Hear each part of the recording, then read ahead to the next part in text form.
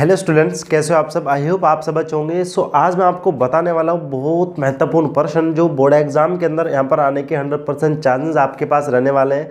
तो ये गोस की पर में आज मैं आपको बता रहा हूँ। गोस की पर से आधार पर इसके एक महत्वपूर्ण अनुप्रयोग हम यहाँ पर करने वाले हैं। तो आपको सबसे पहले गोस की थ्योरम समझना और उसी के आधार पर फिर आपको यहाँ पर एक क्वेश्चन समझना है, क्योंकि जो कंप्लीट क्वेश्चन आपके पास इसी टाइप से आने वाला है कि गोस की पर में क्या है समझिए, तथा इसी के आधार पर एक समान आवेशित सीधे तार के निकट वैद्युत क्षेत्र की तीव्रता ज्ञात कीजिए। तो जो गोस की पर में आपके पास यहाँ पर होता है, गोस के पर में अथवा गोस का नियम, गोस थ्योरम या गोस लॉ, ये आपके पास कोई भी बंद पृष्ठ आपके पास हो, उस बंद पृष्ठ से गुजरने वाला वैद्युत फ्लक्स और उसके अकॉर्डिंग उससे जो परिबद्ध कुल आवेश के बीच यहाँ पर रिलेशन बताता है, यानी संबंध बताता है। ठीक है, तो इसका जो स्टेटमेंट आपके पास यहाँ पर होता है, मैं इधर से यहाँ पर लिख दे रहा हूँ कि किसी बंद पृष्ठ से गुजरने वाला किसी बंद पृष्ठ से गुजरने वाला किसी बंद पृष्ठ से गुजरने वाला वैद्युत फ्लक्स फाई ई, किसी बंद पृष्ठ से गुजरने वाला वैद्युत फ्लक्स फाई ई उस पृष्ठ द्वारा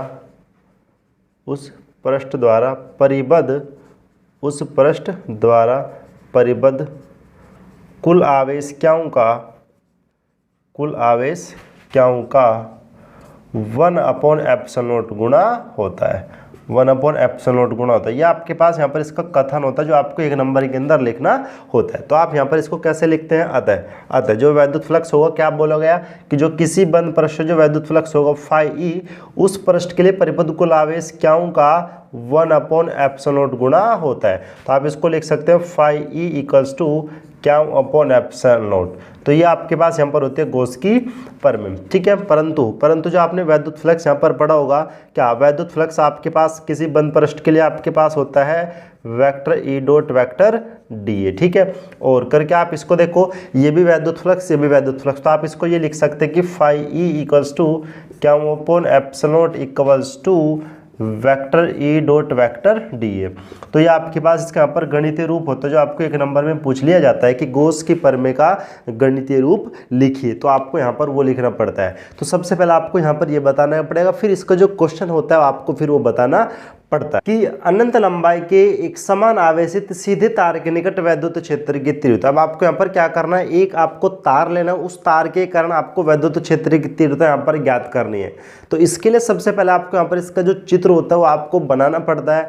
अगर आपने इसका जो चित्र है ध्यान से बना लिया, ध्यान से आपने समझ लिया, तो उसका डेरिवेशन करना बहुत ईजी हो जाता है। तो आपके 5 नंबर यहाँ पर पक्के हो जाएंगे। तो यहाँ पर चलिए शुरू करते हैं। तो सबसे पहले आप यहाँ पर क्या काम करेंगे, अनंत लंबाई के यहाँ पर एक तार लेंगे, जस्ट इस टाइप से। मान लो जी यहाँ पर मेरे पास एक यहाँ पर तार है, इसके लिए वैद्युत क्षेत्र मुझे यहाँ पर ज्ञात करना है। तो आप मान लो कि यहाँ पर मेरे पास कुछ इस टाइप से कोई तार है, ये एक यहाँ पर आपके पास एक तार हो गया अनंत लंबाई का। आप यहाँ पर ये तार मान सकते हैं, किसकी जो लंबाई यहाँ पर आपके पास अनंत है। ठीक है, अनंत लंबाई का। तो आपके पास यहाँ पर एक अनंत लंबाई का ये आपके पास यहाँ पर एक क्या होगा, तार हो गया। ठीक है, अब आप यहाँ पर क्या काम करोगे, इसको आप यहाँ पर आवेशित कर देते, बिकॉज ये आवेशित है। तो आप इसको यहाँ पर क्या काम कर देते हैं, आवेशित कर देते हैं। जब आप इसको आवेशित करेंगे तो आवेशित करने के बाद यहाँ पर क्या होगा, इसके चारों ओर वैद्युत क्षेत्र उत्पन्न हो जाएगा। इसके चारों यहाँ पर क्या हो जाएगा, वैद्युत क्षेत्र उत्पन्न हो जाएगा। तो आप यहाँ पर क्या काम करेंगे, इसके चारों एक बेलनाकार पृष्ठ की आप यहाँ पर तुलना कर लेंगे कि इसके चारों एक बेलनाकार पृष्ठ यहाँ पर बन जाता है कुछ इस टाइप से। इसके चारों यहाँ पर एक बेलनाकार पृष्ठ कुछ इस टाइप से यहाँ पर बन जाता है। तो आप यहाँ पर मान लें कि इसके चारों यहाँ पर एक बेलनाकार पृष्ठ बन जाता है, जिसको आप यहाँ पर क्या बोलते हैं, जिसको आप गॉसियन पृष्ठ बोलते हैं। तो ये आपके पास यहाँ पर होता है गॉसियन पृष्ठ। ये आपके पास यहाँ पर क्या होगा, गॉसियन पृष्ठ होगा। तो मान लो कि जिसकी लंबाई आपके पास यहाँ पर कितनी एल है। अब इस गॉसियन पृष्ठ के यहाँ पर कितने पृष्ठ है, एक पृष्ठ आपके पास यहाँ पर इसका ये वाला, एक नीचे वाला, एक ऊपर वाला, तो इसके यहाँ पर 3 पृष्ठ यहाँ पर इसका हो गया। ठीक है, तो इसी पृष्ठ पर आपको यहाँ पर क्या काम करना, सभी के लिए आपको एक छोटा सा आप पृष्ठ काट लेंगे। तो मान लो कि यहाँ पर मैंने एक छोटा सा ये पृष्ठ काट लिया और इससे आर दूरी पर एक यहाँ पर पॉइंट पी लिया, यहाँ पर एक पॉइंट पी लिया, जिससे डिस्टेंस इसके यहाँ पर आर है। और इसी पॉइंट पर आप वैद्युत क्षेत्र ई देखेंगे एंड क्षेत्रफल वेक्टर डी देखेंगे।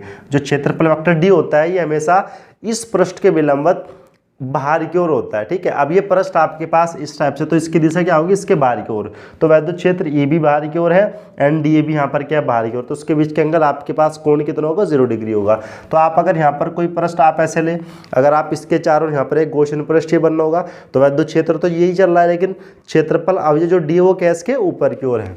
तो वैद्युत क्षेत्र आपके पास यहाँ पर ये होगा और क्षेत्रफल वेक्टर डी ए क्या होगा, ऊपर की ओर यहाँ पर ये होगा। तो इसके लिए एंगल यहाँ पर कितना 90 डिग्री और इसके लिए एंगल आपके पास कितना 0 डिग्री। वो स्टेट आपके पास यहाँ पर होगा, वैद्युत क्षेत्र ई ऐसे एंड क्षेत्रफल वेक्टर डी यहाँ पर भी ऐसे होगा। तो उसके बीच के एंगल भी आपके पास यानी कोण कितना होगा, 90 डिग्री होने वाला है। तो एक कंप्लीट आपके पास यहाँ पर ये इसका चित्र यहाँ पर होता है और इसी के आधार पर फिर हम यहाँ पर इसको करने वाले हैं, ठीक है। तो ये बनाने के बाद आपको उसके बारे में यहाँ पर लिखना होता है कि मान तार जिसकी लंबाई L है, जिसके लिए पृष्ठ आवेश घनत्व जिसके लिए रेखीयावेश घनत्व कितना आपके पास लैम्डा है, तथा तार से r दूर पर एक बिंदु P है जिस पर वैद्युत क्षेत्र की तीव्रता ज्ञात करनी है। इस बिंदु पर वेक्टर E व वेक्टर DA दोनों एक ही दिशा में है, अतः इनके बीच का कोण क्या होगा, 0 डिग्री होगा, क्योंकि E और D दोनों एक ही दिशा में है तो इनके बीच का कोण आपके पास क्या होगा, 0 डिग्री होगा, ठीक है। तो यहाँ पर वैद्युत क्षेत्र समान है क्योंकि इसके चारों जो भी पृष्ठ यहाँ पर बनना होगा, आप देखो यहाँ पर इसके चारों जो भी यहाँ पर भी पृष्ठ बनना होगा, उस पृष्ठ के सभी पृष्ठ पर आप देख सकते हैं कि वैद्युत क्षेत्र यहाँ पर क्या होगा, समान होगा, ठीक है। तो वैद्युत फ्लक्स भी यहाँ पर समान होगा इसके लिए सभी पृष्ठ के लिए। यहाँ पर जो ये वाला पृष्ठ आपके पास ये वाला है इसके लिए, बिकॉज ई और डी एक ही दिशा में है, ठीक है। तो थ्योरी लिखने के बाद फिर आपको यहाँ पर इसको करना होता है। अतः क्षेत्रफल अवयव डी से क्षेत्रफल अवयव डी से गुजरने वाला वैद्युत फ्लक्स। तो आपके पास कौन सा फ्लक्स आएगा, यह आएगा D phi E equals to vector E dot vector D A. दोनों एक ही दिशा में, तो दोनों वेक्टर का आप जो डॉट प्रोडक्ट होता है उसको आप ओपन कर देंगे तो क्या होता है formula, E D A cos theta. तो D phi E equals to कितना मिलेगा, ई डी ए कोस थीटा इस वाली कंडीशन के लिए कितना आपके पास 0, तो कोस 0 की वैल्यू होती है 1, तो जो डी फाई ई आपके पास मिलेगा कितना मिलेगा, ई डी ए। तो इस पृष्ठ के लिए जो वैद्युत फ्लक्स आपके पास मिलेगा वो इस पृष्ठ के लिए कितना मिलेगा, ई डी ए मिल जाएगा। तो अगर आप इस कंप्लीट के लिए ज्ञात करें यहाँ पर, क्योंकि जो ये पृष्ठ यहाँ पर बना हुआ है इसको आप बोलते हैं गोशन पृष्ठ, इसको आप यहाँ पर क्या बोलते हैं, गोशन पृष्ठ। तो अगर आप गोशन पृष्ठ के अकॉर्डिंग निकाल लेंगे, ठीक है। अतः गोशन पृष्ठ से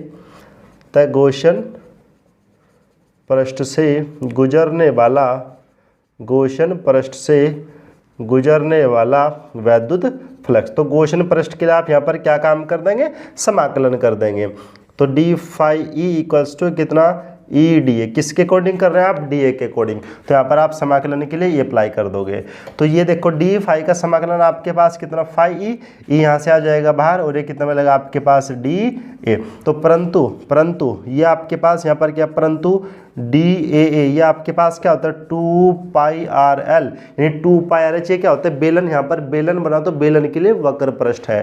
तो ये आपके पास क्या, बेलन के लिए वक्र पृष्ठ, बेलन का वक्र पृष्ठ का यहाँ पर ये क्या होता है, फॉर्मूला होता है, ठीक है, वक्र पृष्ठ का फॉर्मूला। तो आप ये वैल्यू यहाँ पर पुट करोगे तो फाई ई इक्वल्स टू कितना मिल जाएगा आपके पास, ई 2 पाई आर एल कितना मिल जाएगा, ई पाई 2 आर एल, इक्वेशन नंबर 1। अब ये तो ओनली इस वाले पृष्ठ के लिए जो पृष्ठ इसके चारों यहाँ पर बना हुआ है, लेकिन अगर इसके आप बात करेंगे तो देखो यहाँ पर ई ऐसे एंड डी ऐसे, तो जो ऊपर का जो पृष्ठ है इस पृष्ठ के लिए जो वैद्युत फ्लक्स आपके पास होगा, वैद्युत फ्लक्स आपके पास वो 0 होगा। क्यों होगा 0, क्योंकि ई और डी ऐसे है, देखो ई ऐसे डी ऐसे यहाँ पर ऐसे, तो उसके बीच के एंगल आपके पास 90 डिग्री और कोस 90 की वैल्यू आपके पास होती है 0। तो इसके लिए और इसके लिए फ्लक्स आपके पास क्या होगा, 0 होगा। तो आप यहाँ पर ये बात लिख सकते हैं। अतः जो ये वाला पृष्ठ यहाँ पर है, अतः वेक्टर ई व वेक्टर डी ए परस्पर लंबवत है। तो परस्पर लंबवत है तो थीटा आपके पास कितना होगा, यहाँ पर 90 डिग्री होगा। कितना होगा, 90 डिग्री होगा। तो उसके लिए जो वैद्युत फ्लक्स आपके पास होगा D phi E equals to vector E dot D A. तो सोल्व करेंगे तो कितना, E D A cos theta यहाँ पर 90 डिग्री और कोस 90 की वैल्यू आप सभी को पता है कितनी होती है, 0। तो आपके पास जो फ्लक्स यहाँ पर मिलेगा ये आपके पास कितना मिल जाएगा, 0 मिल जाएगा। तो फ्लक्स यहाँ पर 0। तो ये इस पृष्ठ के लिए जो फ्लक्स होगा वो आपके पास 0 है, वो क्या है, 0 है। तो आप यहाँ पर कुल पृष्ठ अब लिख सकते हैं, अतः कुल वैद्युत फ्लक्स, तो सभी को आप ऐड कर दोगे तो कुल वैद्युत फ्लक्स आपके पास कितना मिल जाएगा, ये आपके पास यहाँ पर जो फाई ई मिल जाएगा, ये आपके पास एक कितना E2πrl एंड ये तो आपके पास 0, तो जो फ्लक्स मिलेगा ई पाई फाई इक्वल्स टू कितना E2πrl, इक्वेशन नंबर 2। तो ये आपके पास यहाँ पर ये कंप्लीट यहाँ पर फ्लक्स मिलेगा, जो टोटल फ्लक्स आपके पास होगा, कंप्लीट टोटल फ्लक्स आपके पास यहाँ पर ये होने वाला है, ठीक है। फिर आप यहाँ पर इसमें आगे इसको सोल्व करते हैं। अब ये आपके पास होगा, ठीक है, तब गॉस की पर में से अब आप यहाँ पर गॉस की पर में अप्लाई करोगे, अब आप गॉस की पर में अप्लाई करोगे तो गॉस की पर में आपके पास क्या होती है, फाई इक्वल्स टू कितना क्यू अपॉन एप्सिलॉन नॉट। लेकिन जो क्यू यहाँ पर आवेश है, लेकिन आवेश भी अब आपको देखना कि आवेश किसके रूप में यहाँ पर स्टोर किया गया। अभी एक आपके पास एक वायर है, तो वायर के लिए यहाँ पर 3 कंडीशन आपके पास होते हैं। अगर वायर है, कोई तार है, तो वहाँ पर जो डेंसिटी एक वर्ड आता है जिसको आप घनत्व बोलते हैं, तो यहाँ पर आएगा रेखीय आवेश घनत्व। तो रेखीय आवेश घनत्व जो आपके पास होता है, परंतु जो रेखीयावेश घनत्व आपके पास लैम्डा इक्वल्स टू कितना क्यू अपॉन एल, तो क्यू इक्वल्स टू यहाँ पर कितना मिलेगा लैम्डा एल, तो इसकी वैल्यू आप यहाँ पर पुट करें तो फाई इक्वल्स टू कितना मिल जाएगा lambda L upon epsilon naught, कितना lambda L upon epsilon naught, ये आपके पास यहाँ से मिल जाएगा। आई होप आपने यहाँ से ऊपर तक नोट कर लिया होगा, फिर इसको यहाँ पर मैं आगे करता हूँ। तो ये आपके पास यहाँ पर आ जाएगा, ये आपके पास यहाँ पर आ जाएगा। This is equation number third. अब देखो ये भी फ्लक्स है, ये भी फ्लक्स है, तो आप क्या दोनों को इक्वल लिख सकते हैं, बिल्कुल लिख सकते हैं। अतः समीकरण 2 व 3 से तो आपके पास कितना मिल जाएगा, ये आपके पास मिल जाएगा, देखो E2πrl इक्वल्स टू कितना lambda L upon epsilon note, ठीक है। तो देखो एक एल से एक एल कैंसिल, तो यहाँ से आपके पास ई कितना मिल जाएगा, ये मिल जाएगा lambda upon 2πr epsilon note. अब मैं इसको यहाँ पर ऐसे भी लिख सकता हूँ, 2 से मल्टीप्लाई कर लूँगा, 2 से डिवाइड कर लूँगा, तो ई इक्वल्स टू कितना मिल जाएगा 1/4π epsilon naught, 2 multiply to 4π epsilon naught 2 lambda upon R, ठीक है। मात्रा किसको हो जाएगा न्यूटन प्रति कूलम, ठीक है। अगर आप इसको वेक्टर रूप में लिखना चाहें, अगर लिखना चाहे तो कितना मिलेगा, vector E equals to 1/4π epsilon naught 2 lambda upon R and कितना आर क्यूब, तो कितना ये न्यूटन प्रति कूलम। आर कैप यहाँ पर इसके डायरेक्शन को यहाँ पर बताने वाला है कि जो विद्युत क्षेत्र है इसके यहाँ पर दिशा क्या होने वाली है, ठीक है। तो ये आपके पास आएगा किसी भी अनंत लंबाई के लिए, अनंत लंबाई जो वायर आपके पास होता है इसके लिए विद्युत क्षेत्र का formula E equals to 1/4π epsilon naught 2 lambda upon R, ये आपके पास यहाँ पर आएगा। अब आप देख सकते हैं कि जो ये टर्म्स आपके पास, ऐसे मैंने यहाँ पर 2 से मल्टीप्लाई डिवाइड क्यों किया, क्योंकि जो ये मेरे पास होता है, ये बता देंगे जहाँ 1/4π एप्सिलॉन नोट इसकी वैल्यू आपको पता है 9 × 10⁹। ये न्यूमेरिकल्स वैल्यू के लिए मैंने इसको सोल्व किया।